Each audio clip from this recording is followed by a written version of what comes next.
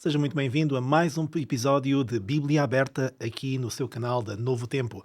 Já é sempre um prazer podermos estudar consigo, onde a Bíblia é sempre o nosso tema de conversa, o nosso tema de estudo, porque é por aí que nós vamos exatamente descobrir as maravilhosas verdades bíblicas que Deus tem para cada um de nós.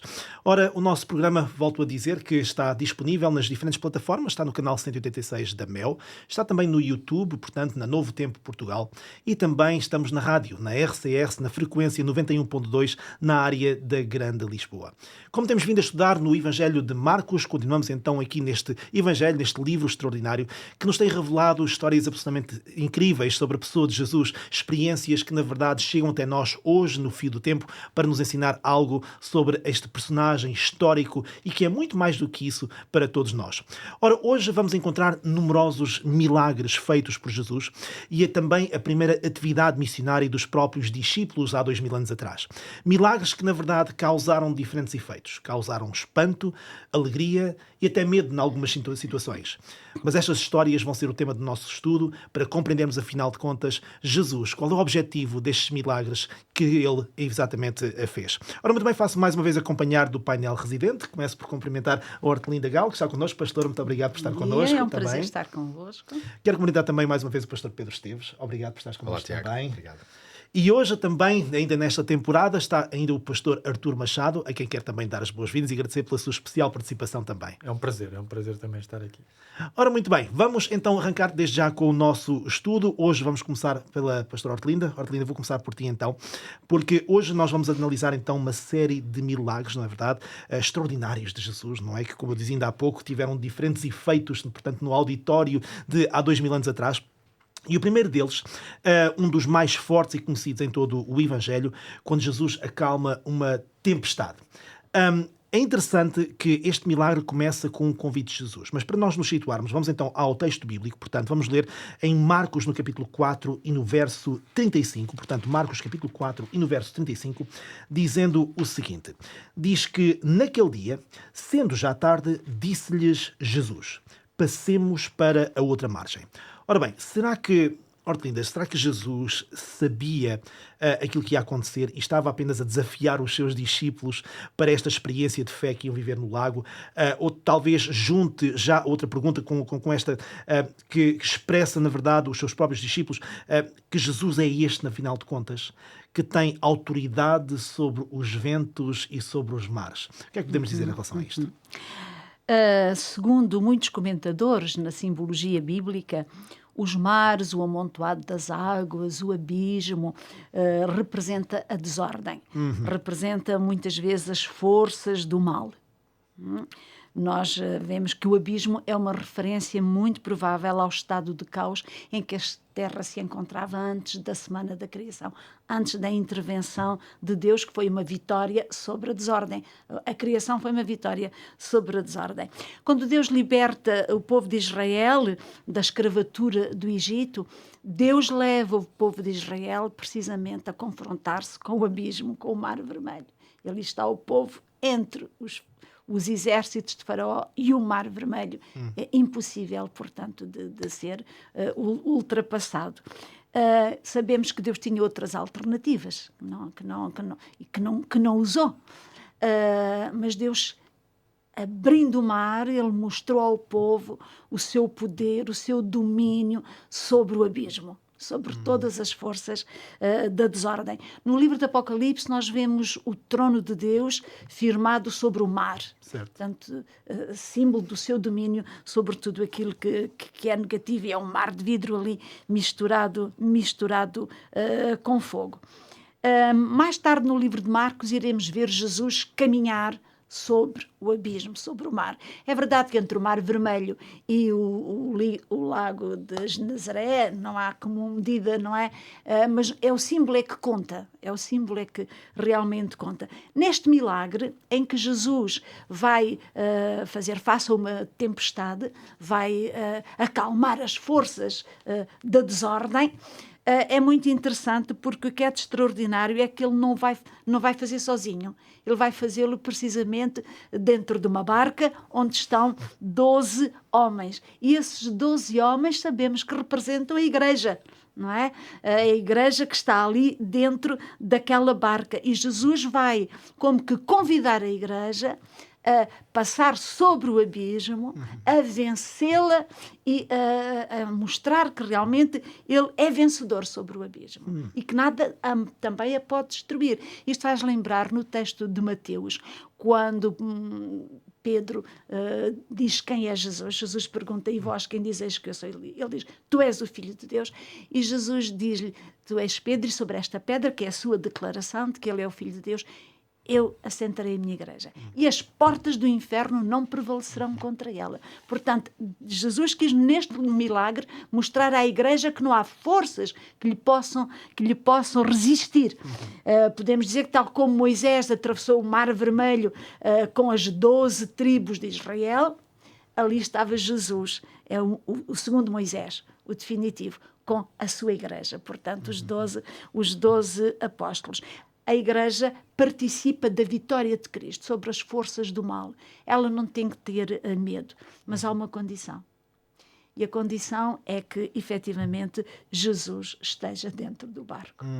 O barco entregue a si mesmo, na realidade, não pode subsistir face à tempestade. Os discípulos não puderam fazer nada. Uma coisa que nós aprendemos deste milagre é o esforço que os discípulos fazem, certamente durante muito tempo, para com os seus próprios meios, com os seus recursos. Eles que eram pescadores, homens conhecedores das lides do mar, eles tentam fazer face, até que eles veem que não há mais nada senão a morte diante deles, não é? E então eles lembram-se que Jesus está no barco. Isto tem uma lição para nós, não é? Nós lembramos por vezes demasiado tarde que não estamos aqui porque quisemos, estamos aqui porque alguém nos mandou fazer esta caminhada. É o Senhor que dá a ordem da partida. Ele estará dentro da caminhada e garante, portanto, a chegada. Desde que nos apropriemos da sua presença. Mas há uma coisa muito interessante ainda neste milagre. É que Jesus está lá, mas está dormindo. Ele está dormindo. E este sono de Jesus é um sono altamente pedagógico, não é? Certamente. Porque como é que Jesus podia dormir no meio de uma tempestade, com trovoadas, com a barca andando de um lado para o outro, com 12 homens a gritar, a vociferar, e Jesus dormia calmamente. Não duvidamos da paz que Jesus teria e de como isso não afetaria. Sobre um travesseiro, sobre uma almofada, que é um detalhe delicioso que este texto nos dá, não é verdade? Exatamente. Só a cabeça é que estava sobre uma almofada, o corpo devia de estar sobre a madeira do barco. Como é que Jesus podia dormir? Eu acho que isto é muito bonito, o que Jesus nos quer dizer. É que ele está no barco. Nós não podemos escolher que ele esteja ou não esteja. Ele está. É ele que dá a ordem de partida. Ele está no barco, que é a igreja. Mas ele pode estar inativo. Quem tem que o tornar ativo, interveniente, é a igreja. A igreja, eles é que tiveram que acordar Jesus. Jesus acordou porque, na realidade, ele foi desperto. E Jesus quer dizer que Deus respeita de tal maneira a nossa liberdade que ele não se impõe. Deus nunca se impõe. Deus propõe-se. Ele propõe-se como companheiro. Ele propõe-se como aquele que nos ajuda, como aquele que nos guia. Mas do nosso lado fica sempre a liberdade de dizer sim ou de dizer não. Então, quem é Jesus? Tu perguntavas. Exatamente. Antes até perguntavas, será que Jesus quis este milagre? De certeza. Exatamente. Não foi por acaso. Não foi algo que surgiu, ao qual Jesus fez face. Jesus quis fazer esta travessia, porque ela representa a travessia do crente da igreja, deste lado do lago para o outro lado, do lado, com Jesus presente, mas respeitando a nossa liberdade. Então, Arlinda, podemos dizer que Jesus usa as circunstâncias da nossa vida para transmitir uma lição através, muitas vezes, de milagres que nós não vemos, mas neste caso usa as circunstâncias ideais para transmitir algo que favorecia uma imagem de poder e de autoridade da própria parte de Jesus. Exatamente. É uma mensagem de confiança. Ou seja, podemos confiar. Esta é a mensagem. Podemos confiar. Jesus está lá, tem poder sobre todas as coisas. Quando ele disse, cala-te, aquieta-te, tudo ficou calmo. Exatamente. Jesus quer que nós tenhamos esta imagem dele. Exatamente. Não há nada que lhe resista, não é? Muito bem. Podemos Extraordinário, confiar. extraordinário. Pensarmos que aquele tem autoridade sobre os elementos neste planeta é Em também o nosso desordem. melhor amigo, é aquele que quer estar próximo de nós e ter este efeito na nossa vida. Muito bem, Pedro, vamos então também passar-te a palavra. Depois deste momento, portanto, extraordinário, Jesus e já os discípulos vão viver também já um momento também de grande força, de grande poder. Do outro lado, eles vão encontrar, portanto, um cenário que é tremendo, não é verdade? Vamos ler Marcos capítulo 5, vamos apenas ler os versos 1 ao 5, para nós termos uma ideia, portanto, daquilo que eles vão encontrar então após esta travessia. Então diz-nos o seguinte: entretanto, chegaram à outra margem do mar, à terra dos Gerazenos. Ao desembarcar, logo veio dos sepulcros ao seu encontro um homem possesso de espírito imundo, o qual vivia nos sepulcros e nem mesmo com cadeias alguém podia prendê-lo. Porque, tendo sido muitas vezes preso com grilhões e cadeias, as cadeias foram quebradas por ele e os grilhões despedaçados, e ninguém podia subjugá-lo. Andava sempre, de noite e de dia, clamando por entre os sepulcros e pelos montes, ferindo-se com pedras. Pedro, vamos centrar-nos para já na questão da possessão e a ação de Satanás aqui neste episódio. A verdade é que nos Evangelhos encontramos, portanto, muitos relatos desta forma de manifestação demoníaca que só no nosso imaginário causa algum receio e alguma perplexidade, não é verdade? Ora, hoje parece não ser nada comum este tipo de relatos, este tipo de situações. Será que Satanás já não está assim ativo, tem outros interesses, ou tem outras formas de se manifestar no meio da humanidade? Há uma coisa que nós todos temos a certeza, os que queremos e estudamos a palavra de Deus, é que o grande conflito é uma realidade concreta. Não é um simbolismo, não é uma ideia para ilustrar qualquer coisa. Essa ideia de que existe um conflito e de que ele está manifestado, personificado em seres. Nós estamos a falar de, particularmente, Cristo e estamos a falar de Satanás. Satanás é um ser criado por Deus. Satanás, por isso, é um personagem central na narrativa bíblica, porque ele está lá desde o início da história. Certo. Está lá antes da história humana, seguramente, no céu, e os acontecimentos dos quais Lúcifer, enquanto um ser maravilhoso criado por Deus, os acontecimentos em que ele esteve envolvido, acabam por trazê-lo à Terra. A partir desse momento, tendo a Bíblia essa informação, nós ficamos com a informação clara de que quando lidamos com o mal, as forças do mal e a manifestação demoníaca dessas forças, no fundo o universo das trevas, nós não estamos a falar de uma dimensão ilustrativa, nós estamos a falar de uma dimensão concreta, do real. Só não dizemos, não vou utilizar aqui o termo do palpável, porque como é do domínio do sobrenatural, não é forçoso que seja uma coisa que nós podemos tocar ou mexer. Não é matéria. Claro. Mas é real. Desse ponto de vista, é uma evidência bíblica de que quando falamos de Satanás, falamos, portanto, da possibilidade permanente de uma intervenção que tem conexão com o mundo concreto.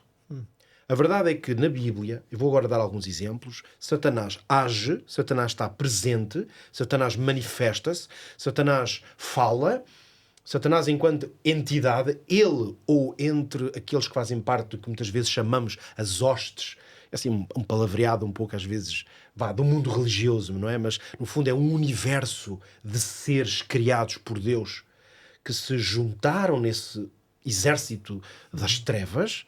E, portanto, há uma evidência claríssima dessa presença e dessa ação. Alguns exemplos simples, mas também muito relevantes. No Éden, o relato da tentação a Eva é uma manifestação física de Satanás, que neste caso vai usar um elemento, esse elemento serve como um médium, é uma serpente, mas quem está ali não é a serpente, é, de facto, a presença real de Satanás. Vamos encontrar, por exemplo, no livro de Jó, que é nesse aspecto um dos livros muito importantes para compreender a manifestação, e lá está a ideia de um ser concreto que tem relações, portanto, neste caso, com Deus e com o trono de Deus. Em Jó vamos encontrar um diálogo entre Satanás e Deus. E nesse caso, portanto, sabemos que Satanás já não está a habitar o universo celestial, mas tem acesso. Minimamente é isso que nós percebemos. Obviamente, se vimos ao Novo Testamento, vamos encontrar Jesus a ser tentado pelo diabo. É isso que os evangelhos dizem.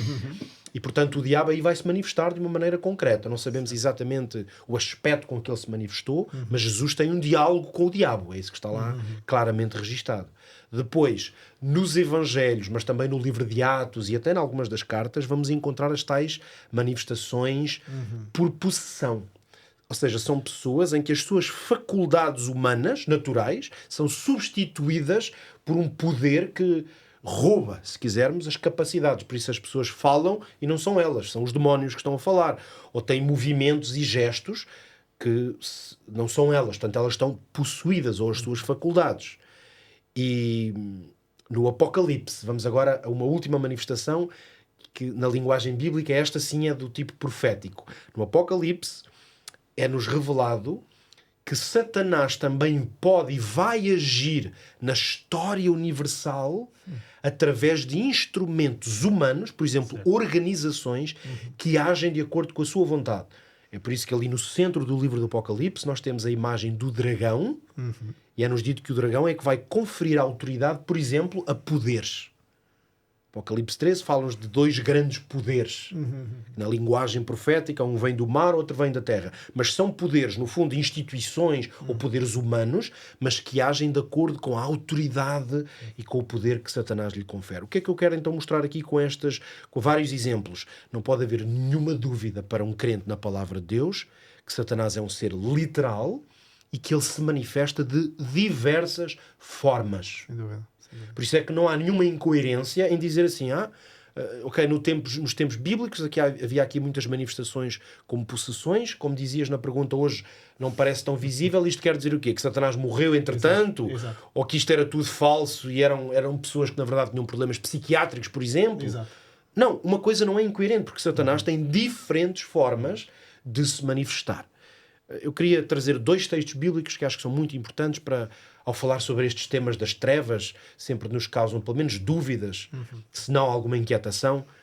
O apóstolo Pedro escreveu na sua carta, na primeira carta, capítulo 5, versículo 8, sede sóbrios e vigiai, porque o diabo, vosso adversário, anda em derredor bramando como um leão, conhecemos bem isto, buscando a quem possa tragar.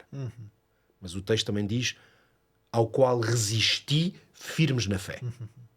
Ou seja, o diabo, Satanás, está presente, anda em derredor, busca cumprir o seu propósito. É possível resistir-lhe? É. Talvez a indicação mais clara de que é possível resistir-lhe esteja em Tiago, que no capítulo 5 e no versículo 7 tem esta declaração também muito célebre. Sujeitai-vos a Deus e resisti ao diabo e ele fugirá de vós. Exatamente. O que quer dizer que nós vemos aqui um triângulo de poderes. E tem Deus e o seu poder e Satanás. Mas nós também somos um poder, que é o poder de decidir a quem é que nos sujeitamos. Esse é que é nosso, não é? De quem é que vai para o trono. Então, se nós nos sujeitarmos a Deus, na verdade resistimos ao diabo e ele acaba por fugir. Então, há um triângulo aqui de decisões e de poderes que são concretos. Portanto, Satanás hoje, para terminar, Satanás pode hoje ainda manifestar-se, vamos dizer, através de possessões sobrenaturais? Pode. Não há tempo, não sei se seria o local indicado, embora às vezes seja útil contar algumas histórias, mas até por falta de tempo, eu pessoalmente, ao longo da minha vida, e até a minha família, já lidámos ou conhecemos situações bastante concretas, vamos dizer assim, de pessoas que lidaram com manifestações diabólicas. Exato. O que hoje podemos dizer é que a influência do diabo está presente de muitas formas, De outras formas, exatamente. e ele continua a manifestar-se. Exato. Talvez, se calhar hoje podíamos falar de manifestações que podem ir aos hábitos que as pessoas têm. Hoje hábitos de vida. Hoje podemos falar de conteúdos ou até de pessoas, as quais podem ser instrumentos para cumprir o mesmo propósito que o diabo sempre teve, que é afastar as pessoas dos valores do reino de Deus e de aceitarem a soberania do Senhor. Portanto, Pedro, aquilo que nos estás a dizer parece-me ser muito importante. Dá a impressão que o inimigo está a tentar encontrar avenidas, sejam elas quais for, para o mesmo propósito diabólico, que é de facto de deformar a imagem de Deus na nossa vida, de tal forma que nós estejamos o mais longe possível do nosso Criador. E se calhar até por isso, até seria útil, falaste do livro do Apocalipse, em Apocalipse, de certa forma, até há um alerta em relação a isso, no capítulo 16, e no verso 14, dizendo que há espíritos de demónios que fazem inclusivamente prodígios ou milagres. A palavra que ali está no grego é a palavra semeion, que é uma palavra exatamente que é bastante abrangente neste aspecto. E isto é de facto um perigo real para o tempo que estamos a viver hoje, Pedro. É verdade. Eu talvez até possa citar aqui um texto da autora Ellen White, um texto que sempre me impressionou bastante, num livro maravilhoso que é O Desejar de Todas as Nações. E a certa altura, comentando precisamente uma história de possessão, Exato, que aconteceu em Cafarnaum, a autora Ellen White escreveu que o mesmo espírito que possuía o louco de Cafarnaum dominava os incrédulos judeus, é a expressão que ela usa, dizendo, para com eles, porém, mantendo um ar de piedade. Uau. O que significa que, no fundo, existem diferentes formas de possessão, por um lado, Exatamente. mas diferentes formas de estar sob a influência de Satanás. Logo, talvez hoje, obviamente, nós não vemos com muita frequência estas manifestações sobrenaturais, o que não significa que não possam existir pessoas, circunstâncias e ambientes que, no fundo, estão exatamente da mesma forma, que é debaixo de uma influência que atrai para o mal e que afasta de Deus. Muito bem, muito bem. Arthur, eu vou passar agora para ti, o tópico está bastante interessante e eu queria ver contigo agora, portanto, vamos ler como é que Jesus agiu, portanto, na história que encontramos, portanto, e que já começámos a estudar, e vamos começar a ler a partir do verso 6, portanto, Marcos capítulo 5, do verso 6 em diante, diz-nos então o seguinte: quando de longe viu Jesus, correu e o adorou. Portanto, este homem, este endemoninhado, não é verdade, este homem possesso, viu Jesus ao longe e correu então e o adorou, exclamando com alta voz: que tenho eu contigo, Jesus, filho do Deus Altíssimo? Conjuro-te por Deus que não me atormentes. Porque Jesus lhe dissera: espírito imundo, sai deste homem. E perguntou-lhe: qual é o teu nome? Respondeu ele: Legião é o meu nome, porque somos muitos.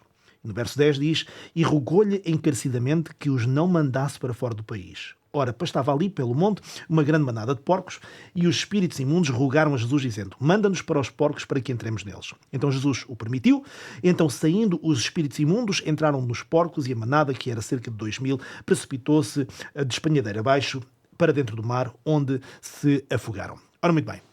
Arthur, há aqui vários detalhes que merecem pelo menos um pouquinho de atenção e que têm seguramente muitas lições para nós. Mas gostaria de propor desde já um deles. É que já no capítulo 3 nós tínhamos visto, portanto, espíritos imundos a clamar diretamente a Jesus: tu és o Filho de Deus, não é verdade?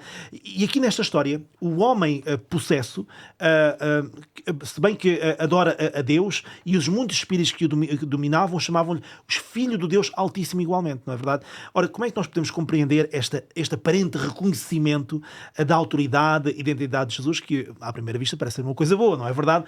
Mas o que é que nos podes dar em relação a isto? Ora bem, é bom nós percebermos que isto acontece num território gentil, não é? O Lago da Galileia, uma região onde havia muitos gentios, e portanto Jesus não está propriamente dentro do seu território normal. Habitual, não é? Habitual. Está dentro de um território que pertence ainda à Palestina, mas num território onde a população é de outra origem, de origem gentílica. E não há dúvida nenhuma que há um reconhecimento pré-encarnação de Jesus Cristo. Ou seja, ao lermos este relato, nós percebemos que estes seres reconhecem aquele que ali está antes mesmo Exato. de ele ter existido. E isto lembra-me um relato em Lucas, no capítulo 10 e no versículo 18. Jesus tinha enviado os discípulos a pregar. E eles vinham eufóricos. Ó Senhor, pela tua palavra nós curamos, nós expulsamos demónios, isto é uma maravilha. Exato. E Jesus tem uma frase que parece descontextualizada. Jesus diz assim: eu via Satanás como um raio cair do céu. E esta é uma passagem, muitos crentes e muitas pessoas que leem a Bíblia gostam de Apocalipse 12, que menciona a luta que houve nesse conflito entre Satanás e os seus anjos, com Miguel e os seus anjos, e como sabemos, Miguel é um nome que é uma pergunta: quem é como Deus? E nós acreditamos que portanto, das perspectivas que a Bíblia dá sobre Miguel, que se está a falar de Jesus Cristo, mas eu não gosto tanto de Apocalipse 12 para explicar queda anterior de Satanás. Gosto mais de Lucas 10:18, porque Lucas 10:18 dá-nos essa perspectiva. Jesus está na terra e ele diz: eu assisti a Satanás cair do céu. Esteve lá, não é? Esteve lá. Portanto, mostra-nos que houve qualquer coisa antes da encarnação. Enquanto que em Apocalipse 12, se nós fizermos a exegese literal do texto de Apocalipse, é depois de Jesus Cristo morrer e ascender aos céus que se dá a queda final de Satanás. E, portanto, eu gosto mais de Lucas 10:18. Mas não há dúvida nenhuma que ambos se reconhecem. E não só se reconhecem, como dialogam. E estranhe-se que eles sabem que Jesus os vai expulsar, mas neste diálogo eles levam Jesus a expulsá-los para justamente onde eles querem. E há um teólogo interessante, ele chama-se John Peckham. John Peckham tem um livro traduzido em português que é a Teodiceia do Amor. E John Peckham, no seu livro, ele fala das regras de envolvimento entre Deus e o diabo. Que nós não conhecemos todas elas, mas que vamos vendo à medida que a Bíblia avança. Dou um exemplo. No livro de Jó, Deus dialoga com o diabo. E a um determinado momento o diabo diz: mas tu és bom para o Jó, por isso é aquele que adora. Tira-lhe coisas. E Deus diz: não tire, não, isso é a tua obra. Tu tira-lhes, mas há coisas que tu não tiras. Há coisas onde tu não tocas. Ou seja, Deus estabelece um limite. Os limites, mas não é? nesse limite Deus também está limitado. Ou seja, Deus não pode socorrer Jó mesmo que o queira. E, portanto, aqui neste diálogo que nós temos entre Jesus e estes demónios, há um limite. Jesus vai expulsá-los, apesar deles serem um bocado fanfarrões. Somos legião, ou seja, uma legião era entre 3.000 a 6.000 soldados. Exato. Portanto, eles sabiam que Jesus os ia expulsar. E o que é interessante é que Jesus vai expulsá-los sabendo também qual é a consequência. Mas isso faz parte, diríamos nós, do jogo. Jesus expulsa-os sabendo que eles, ao entrarem nos porcos, podem causar um grande dano, mas não há outra maneira, dentro deste grande conflito, não há outra maneira de se perceber qual é a ação dos demónios. E, portanto, a ação dos demónios é sempre uma ação destruidora, enquanto que a ação de Jesus, mesmo que seja limitada neste planeta, é uma ação curativa, uma ação salvadora. E nós vemos que entre a vontade deste homem e o controle que exercem sobre ele, há uma dicotomia. Ele adora Jesus, o verbo é proskuneo, e o verbo proskuneo é justamente um verbo que é utilizado no Novo Testamento para a adoração. Ele quer adorar Jesus, Exato. mas quando ele fala, Exato. sai uma blasfémia. Exato. E, portanto, ele não consegue traduzir a sua vontade. Ele é uma pessoa controlada. Exatamente. E Jesus quer devolver-lhe a liberdade. Exatamente. E a única liberdade que ele pode fazer é retirá-lo dessa influência. E essa influência vai prejudicar a ação de Jesus naquela região. Exatamente. Logo, Jesus tem um dilema. Dizia-me um professor de filosofia: a melhor maneira de enfrentar os dilemas é nunca dar com eles. Mas quando nós damos com eles, e Jesus aqui escolhe, e ele escolhe este homem. Ele escolhe agir em favor deste homem. E, portanto, há realmente aqui um conflito entre estes seres, entre Jesus e estes demónios. Eles conhecem-se de algures, de um tempo anterior, e vê-se que Jesus tem o poder justamente de libertar este homem e, portanto, de controlar a ação que estes demónios exercem sobre ele. Mas há também, como aqui vemos, estas regras de envolvimento neste conflito. Exatamente. Que Jesus respeita. Que Jesus respeita. E que, bom, indo já um pouquinho avançando na história, nós sabemos que, na verdade, Jesus teve de fazer essa escolha, mas não deixou de enviar alguém, não é verdade, para ser missionário também naquela região, sendo que é um missionário, que acabou por ser um missionário, que foi aquele homem que foi enviado, que é um testemunho vivo do poder de Jesus. Portanto, é por isso que nós vimos isto no episódio anterior, como Jesus e Deus usam instrumentos humanos, como testemunhos vivos exatamente do poder de Deus para este mundo, não é verdade? Muito bem, meus queridos, estamos a ir muito fundo exatamente no nosso estudo. Vou aproveitar esta pequena pausa para nós podermos mais uma vez dirigir-nos ao nosso auditório para relembrar então a nossa oferta para esta temporada. Temos a oferecer este guia de estudo, A Origem de Tudo, um manual absolutamente extraordinário que aborda várias questões, sendo elas também, como por exemplo, aquilo que nós temos aqui, a origem do universo, falo sobre dinossauros até inclusivamente, enfim, a origem do mal, encontrando respostas bíblicas para os problemas do dia-a-dia, sem dúvida que será uma bênção para si, para algum amigo, para a sua família. E como é que pode então adquirir este manual? Muito fácil, basta telefonar então para o número 933 939291. Volto a dizer, 933 93 9291. Basta contactar-nos através desse número de telefone e pedir então que lhe seja enviado exatamente este manual, A Origem de Tudo. E é com grande prazer que vamos então partilhar consigo de forma gratuita. É o preço que não pode negar. Nós queremos partilhar exatamente consigo de forma gratuita este manual, que será sem dúvida uma bênção para si e para os seus. Ora, muito bem. Amigos, vamos voltar então ao nosso estudo. Vou já ali para a minha cara Hortelinda. Ora bem, a próxima questão é o seguinte. Jesus regressa agora, portanto, ao outro lado do lago, não é verdade? E vamos ter aqui mais alguns encontros bastante interessantes. Vimos até aqui como é que Jesus teve autoridade sobre os elementos naturais, os elementos da natureza, e depois também autoridade sobre as forças sobrenaturais do mal, neste caso, não é verdade?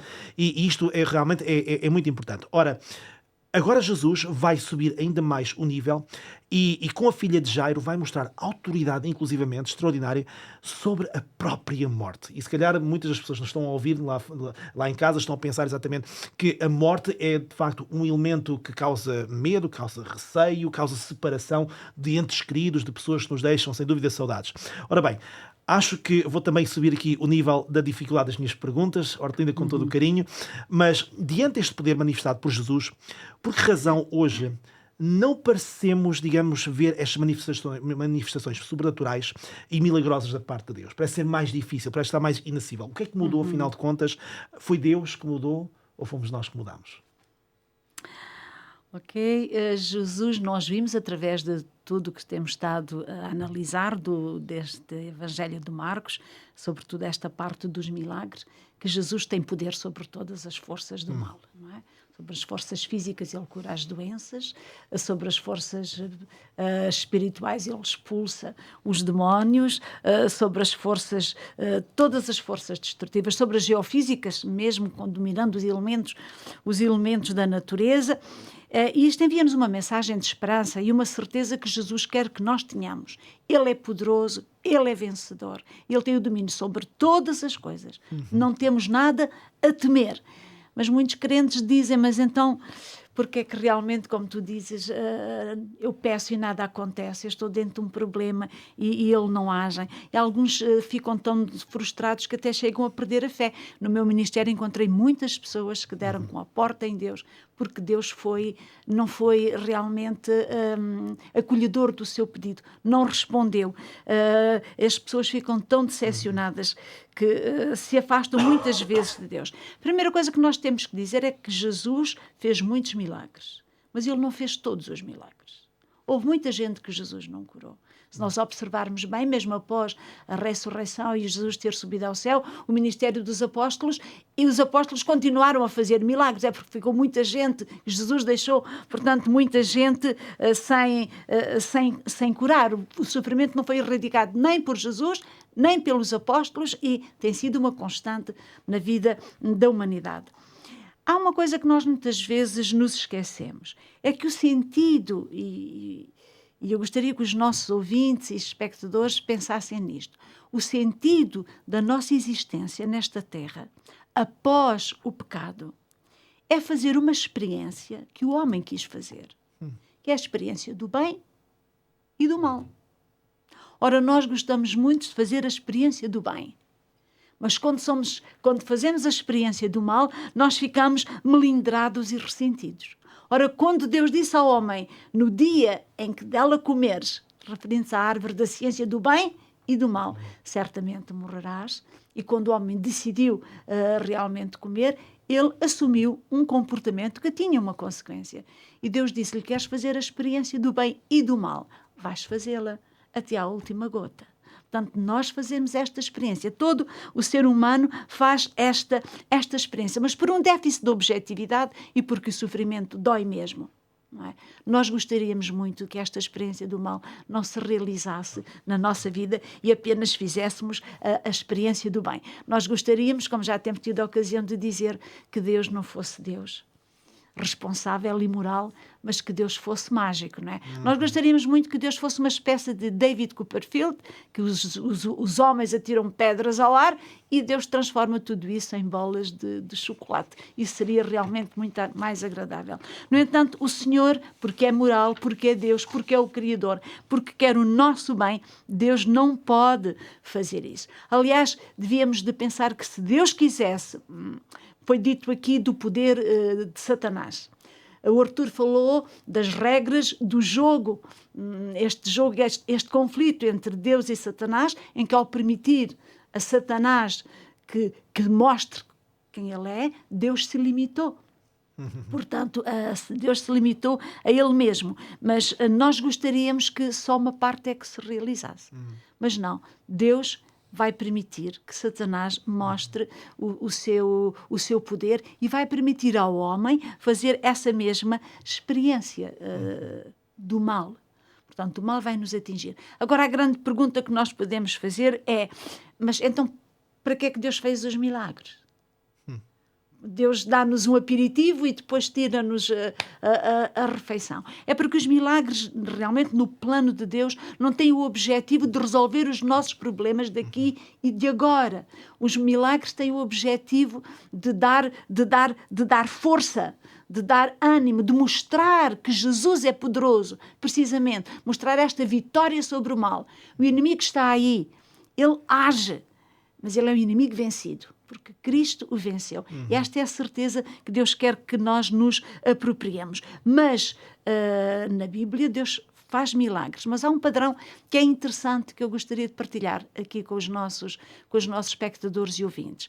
Quando nós lemos a Bíblia, Deus faz geralmente muitos milagres no início de algum plano e de algum projeto. Quando Deus vai libertar o povo de Israel do Egito, Deus faz montes de milagres, separa as águas do Mar Vermelho, faz vir o maná, os sapatos e os vestidos dos israelitas não se gastam, não se usam. As pragas que realmente atingiram o Egito em pleno e quase o destruíram. Deus faz tudo isso, não é? Na caminhada até Canaã, Deus faz realmente muitos milagres. Mas assim que chegou a Canaã, stop, não há mais milagres. Agora é tempo de trabalhar e de crescer. É tempo de fazer a experiência do bem e do mal e nessa experiência de te encontrares com Deus e de veres a sua ação. No Evangelho vemos o mesmo padrão. Jesus veio, fez muitos milagres. Os discípulos fizeram muitos milagres. A partir do 2º século, stop.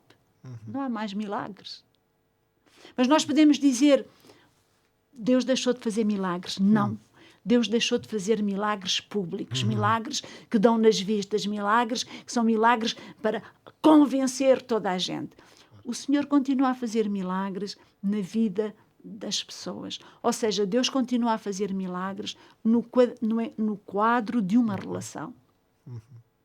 Todos os que estamos aqui, se quiséssemos e tivéssemos oportunidade, poderíamos relatar milagres que Deus fez na nossa vida. Claro. Que são também maneiras do Senhor nos dizer, eu estou aqui, eu ouço-te, eu estou contigo, caminha, não estás sozinho. Portanto, o milagre tem este motivo de incentivar, mas não de resolver os nossos problemas.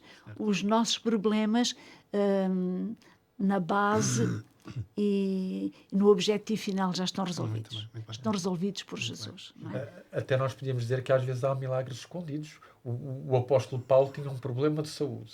Era capaz de curar outras pessoas. Mas ele diz, orei 3 vezes ao Senhor para me resolver o meu problema e ele disse, a minha graça te basta. Olha, convivo com ele e aguenta-te no meu poder. Sim, e é por isso que o apóstolo Paulo dizia, por isso é que o meu poder se aperfeiçoa na fraqueza. Duas coisas importantes. Portanto, primeiro é que o milagre, o poder é-nos dado para servir. para fazer avançar o reino. É Claro. sempre este padrão, fazer avançar o reino. O apóstolo podia fazer curas, mas não para resolver os nossos problemas. O seu problema dos olhos ou do problema de estômago de Timóteo, eles tinham que o resolver fazendo alguns tratamentos Exatamente. e fazendo face como podiam. Este é o propósito de Deus. O que ele nos quer dizer é que o essencial está a ganho. Exatamente. Os milagres aqui seriam, como disse Jesus, um remendo de tecido novo num vestido velho. Exatamente. O que ele já fez é que já tem preparado o vestido e não vão ser necessários remendos. Muito bem. Tem um mundo novo, já nos deu uma nova vida e já tem uma nova terra à nossa espera. Orlando, quase podemos dizer que estes milagres todos também servem na base para revelar o próprio Deus em si. E depois de passarmos a fase da revelação, passamos a fase da confiança em Deus. Porque o grande milagre, Deus não quer, na verdade, Ele não se satisfaz em prolongar simplesmente a nossa existência num mundo que está cheio de pecado, de morte, de dor, de sofrimento, mas quer preparar-nos para o grande milagre que será, de facto, a transladação a um mundo melhor, onde a morte, o sofrimento e a dor não mais existirão. Este é o grande objetivo de Deus, digamos assim, não é verdade? Sim. E é o objetivo final de Deus. E eu acredito que é o objetivo final do homem, apesar de muitas vezes nos tentarmos acomodar às condições do mundo como ele se apresentou hoje em dia, não é? Deus não seria moral, nem amor, se o homem escolheu fazer a experiência do mal, Deus o deixasse fazer, mas ao mesmo tempo o protegesse de todos os efeitos. Estava a levá-lo para um caminho de erro, de Exato. mentira. Não, Exato. o mal existe, é real, dói, tem consequências. É Exato. por isso que Deus nos permite fazer, para que não voltemos a escolher o mal. Muito bem, muito bem. Arthur, vou passar já para ti. No caminho, portanto, agora que nós vamos ver, portanto, no caminho para a casa de Jairo, agora vamos encontrar um milagre, portanto, também ele muito significativo, não é verdade? Jesus aqui vai curar, portanto, uma mulher. E isto de uma forma extraordinária, apenas com um toque das suas vestes, um toque quase imperceptível, digamos assim, não é verdade? Aliás, imperceptível à grande maioria das pessoas, mas não para Jesus. Ora bem, vamos ler uma porção desta história e vamos, portanto, acompanhar a leitura. Nós encontramos isto em Marcos capítulo 5, a partir do verso 25 até ao verso 30, e convido-vos a acompanhar, onde diz o seguinte: Aconteceu que certa mulher que havia 12 anos vinha sofrendo de uma hemorragia, muito padecera à mão de vários médicos, tendo despendido tudo quanto possuía, sem contudo nada aproveitar, antes pelo contrário, indo a pior.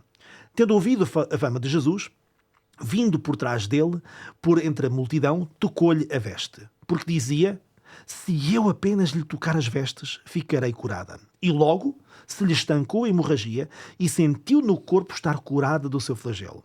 Jesus, reconhecendo imediatamente que dele saíra poder, virando-se no meio da multidão, perguntou: quem me tocou as vestes?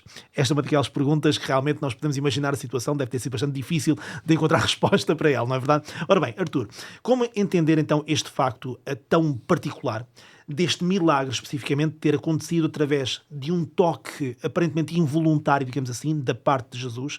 O que é que há neste milagre que nós precisamos, afinal de contas, de aprender ainda hoje? Nós vemos que este milagre tem uma relação com o milagre que Jesus vai fazer em seguida. Entre a filha de Jairo e esta mulher há uma ligação. Elas não se conhecem, provavelmente nunca se viram, mas a filha de Jairo tem 12 anos, vai entrar na fase em que sai de rapariguinha para ser uma mulher. Esta mulher sofre há 12 anos. Exatamente. E ela não pode ser mulher, porque justamente o seu fluxo de sangue impede-a de ter uma vida sexual normal, Claro. de ter família, de fazer parte de um grupo social.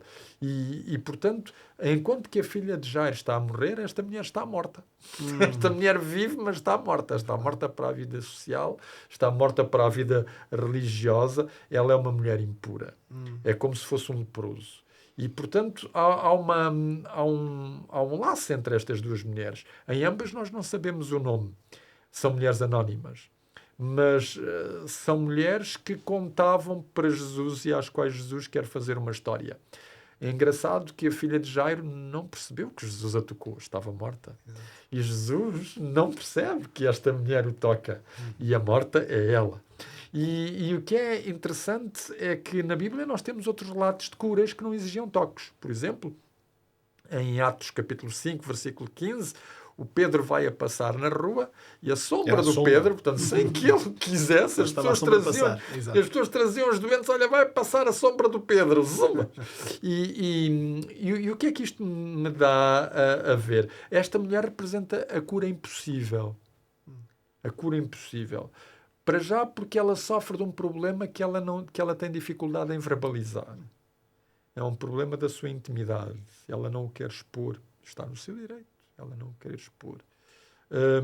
Por outro lado, ela não pode estar ali. Mas isso não significa que Jesus não conheça que ela estivesse ali. Que Jesus não soubesse que havia ali alguém que precisava de uma solução para a sua dificuldade. E, portanto, quando esta mulher toca Jesus, Jesus para.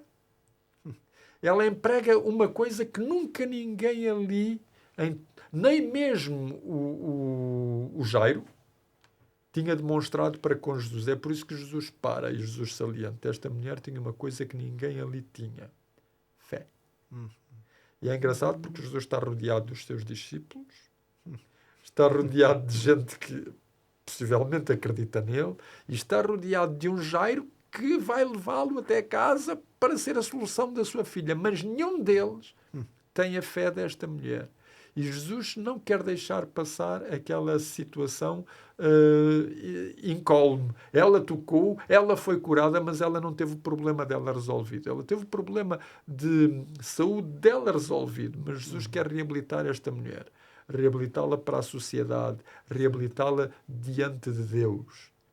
Isto é importante, reabilitá-la diante de Deus. E, portanto, Jesus vai interpelar quem é que me tocou, vai trazer esta mulher do anonimato, vai fazê-la sair de um ato subreptício. Exato. E isto mostra-nos uma coisa, os milagres não são atos subreptícios. Podem-nos parecer que são involuntários, mas Deus conhece. Jesus não precisa de ser amaciado para fazer um milagre. Jesus não precisa de ser convencido. E há outra coisa. Jesus é soberano nos milagres que faz. Às vezes nós temos a questão de ver os evangelhos e dizer se ele fez com outros, pode fazer comigo. Mas ele é soberano. Ele permanece Senhor dos milagres que ele executa. E aquela mulher não podia sair dali com a ideia de pensar eu roubei um milagre. Ela não fez uma coisa que Jesus não quisesse fazer. Exatamente. Simplesmente as circunstâncias ditaram a ação desta mulher. E, portanto, Jesus quis lhe dizer tu ficaste curada porque eu quis. Exatamente. Porque eu o desejei.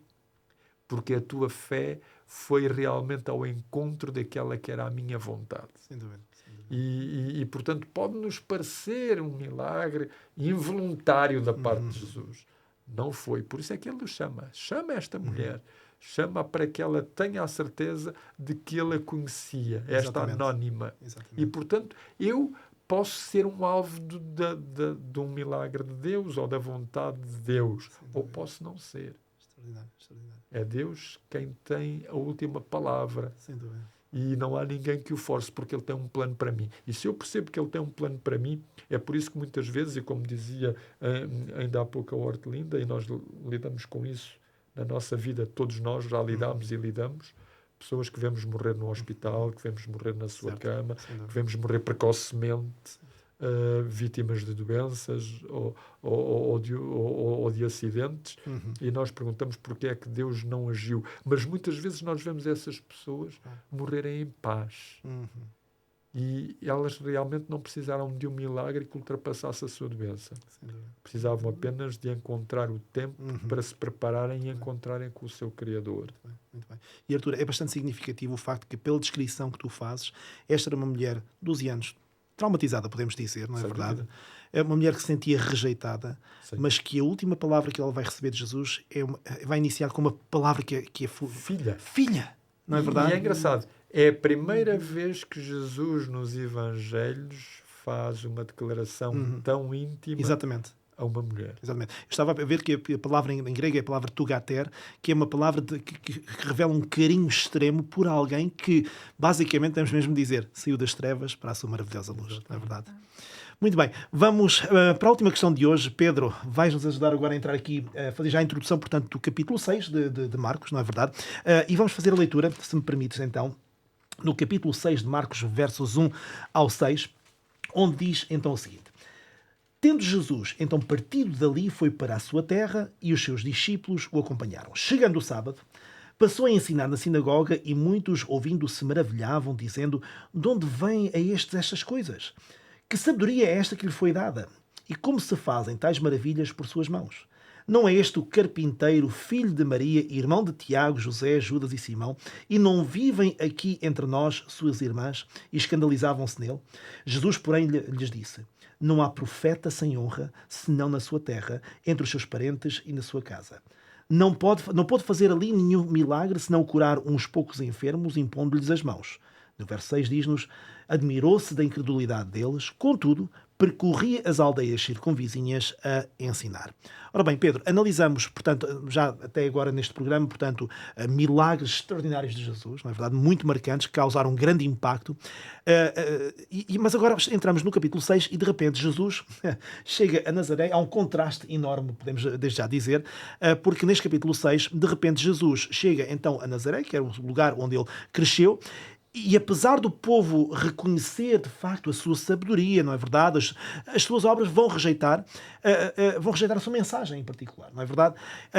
Para os que hoje ainda querem continuar a proclamar o Evangelho, o que temos neste relato, a triste constatação de que muitos não querem ouvir a palavra de Deus, não importa o que se diga ou faça, ou uma motivação para prosseguir apesar da oposição. O que é que nos podes dizer em relação a isto? Bem, eu diria, em primeiro lugar, que essas duas hipóteses estão corretas.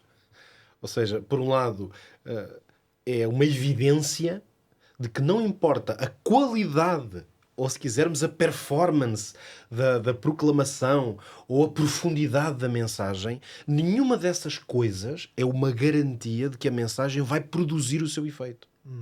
Porquê? Porque o selo que determina o que é que uma mensagem de boa nova, particularmente do que tem a ver com o Evangelho, é a vontade da pessoa. Por isso temos falado aqui até muitas vezes sobre essa ideia de que o reino de Deus é uma questão de soberania. Jesus é o soberano do seu reino e eu só faço parte do reino dele se eu aceitar essa soberania. Ora, esse projeto, esse processo de aceitação, não há nada que possa garantir que ele aconteça. Por outro lado, é também uma motivação a que nós prosseguimos nesse propósito de ensinar, de partilhar a boa nova. Isso não está dependente dos resultados. Por isso é que talvez um princípio muito importante seja este. Na Igreja Cristã, aquilo que muitas vezes até chamamos o evangelismo, não é um negócio de venda. Isto não é uma empresa ou uma coisa comparável a uma empresa em que os resultados é que vão determinar se nós continuamos a ir por aquele caminho ou não. Não é o número de contratos celebrados que nos indica se este é o caminho certo. O caminho certo foi indicado por aquele que fez o caminho. Por isso, Jesus é o caminho. O que significa que todos aqueles que querem colocar-se e dar continuidade a este projeto, que é continuar a proclamar as boas novas, ensiná-las. Hoje falámos muito aqui sobre trevas e o poder das trevas. Quando nós queremos levar luz onde há trevas, nós não podemos estar simplesmente sujeitos à nossa motivação ao facto de se a luz vai mesmo dissipar as trevas ou não. Porque há lugares onde as trevas não vão desaparecer. Eu talvez pudesse trazer aqui as palavras do apóstolo Paulo, que quando exortava e ensinava mesmo Timóteo precisamente sobre o que ele devia fazer, enquanto um discípulo ativo, não é? Ele dizia-lhe o seguinte, eu vou ler aqui as palavras de 2 Timóteo 2, são muito conhecidas, a partir do versículo 1 até ao versículo 5, eu não vou ler todas, mas na versão o livro diz o seguinte, Paulo a Timóteo, eu insisto solenemente diante de Jesus Cristo, e agora diz-lhe o que é que insisto. É isto, Timóteo, que continues a anunciar a palavra de Deus e que insistas nessa pregação. E depois diz-lhe quando? Em todas as ocasiões. Naquelas que são consagradas a isso, mas também fora delas. Aquela célebre expressão que aquelas traduções mais clássicas dizem insta, a tempo e fora de tempo. Quer dizer, quando parece que é a altura certa e mesmo quando não parece que é a altura certa. Isso quer dizer o quê? Que corrijas, repreendas, encorajas com toda a paciência. Porque há de vir uma época, continua ele, em que as pessoas não hão de querer mais ouvir a sã doutrina. Portanto, Paulo está a ensinar e a motivar um jovem pregador e diz-lhes, vai com força, prega, e ao mesmo tempo diz-lhes, mas prepara-te que vai chegar um tempo em que as pessoas não vão querer ouvir. Isto é um pouco a mesma pergunta que tu fazias, que é saber que Jesus chegou ali a um lugar, ainda por cima que lhe era conhecido, tem uma mensagem incrível, faz estas obras milagrosas, mas depois não o querem ouvir. Isto derrota-nos ou motiva-nos? É interessante que Paulo faz a mesma coisa. Primeiro dá uma motivação forte, vai, continua a pregar, mas prepara-te que algumas pessoas não vão querer ouvir. Portanto, eu acho que a conclusão que daqui tiramos é que o que nos leva, o que nos motiva e nos move é a solenidade e até a urgência da mensagem. O que nos move não é a natureza ou a contagem dos resultados. Caso contrário, nós desistiríamos facilmente se os resultados não estivessem à altura das nossas expectativas, ou então só iríamos ou só insistiríamos onde víamos resultados. E a boa nova não é assim. A boa nova, ela é proclamada em todo o tempo, em todas as circunstâncias, porque nós nunca sabemos onde é que estará aquela pessoa que precisa dessa mensagem.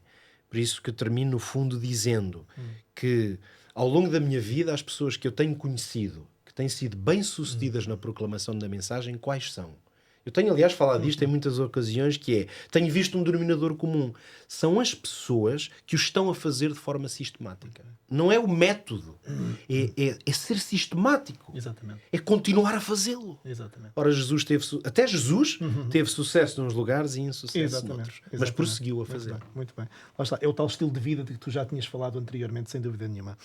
Bom, meus caros, chegámos ao final do nosso estudo. Agradeço-vos imenso, mais uma vez.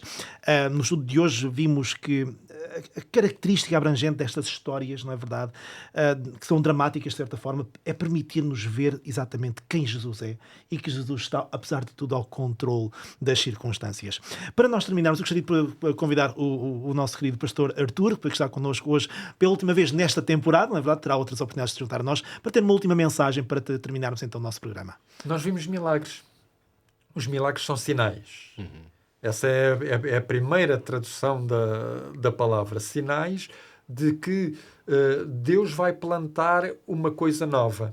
E, como foi aqui salientado, Jesus não fez milagres em toda a gente. Jesus selecionou pessoas e selecionou milagres para mostrar que num futuro, no momento em que Deus implantar o novo reino, a vida será assim. A vida não será mais limitada nem contingente pela situação de mal em que nós vivemos. E o milagre, no fundo, é isso. O milagre é essa ação de Deus de banir a influência e a consequência do mal na experiência humana. E, portanto, é através disso que Deus nos quer dirigir. E nós, ao lermos estas partes do Evangelho, podemos ter essa certeza. Pode não acontecer comigo agora. Acontecerá certamente no futuro, porque é isso que Deus pretende realizar. E aí está o elemento da esperança, sem dúvida nenhuma. Mais uma vez, muito obrigado pela vossa presença, pela vossa ajuda em aprofundar este estudo. Relembro o nosso auditório que pode continuar a estudar mais uma vez. Nós temos aqui este manual, este guia de estudo, A Origem de Tudo. Está disponível, é para si e é gratuito. É só contactar-nos através do número 933-939291. Volto a repetir, 933-939291. Basta contactar-nos e solicitar então o envio do manual A Origem de Tudo, que receberá gratuitamente em sua casa. Pode também lançar alguma questão, alguma pergunta, algum esclarecimento que não tínhamos tido a oportunidade de abordar no nosso programa e com prazer então poderemos então responder também às suas perguntas, sempre com a Bíblia aberta. Muito obrigado por nos acompanhar, por ser um fiel seguidor dos nossos programas nas diferentes plataformas que estão ao seu dispor e já sabe, temos um encontro marcado no nosso próximo episódio da nossa Bíblia aberta. Até lá, fique bem e fique com Deus, que o Senhor abençoe.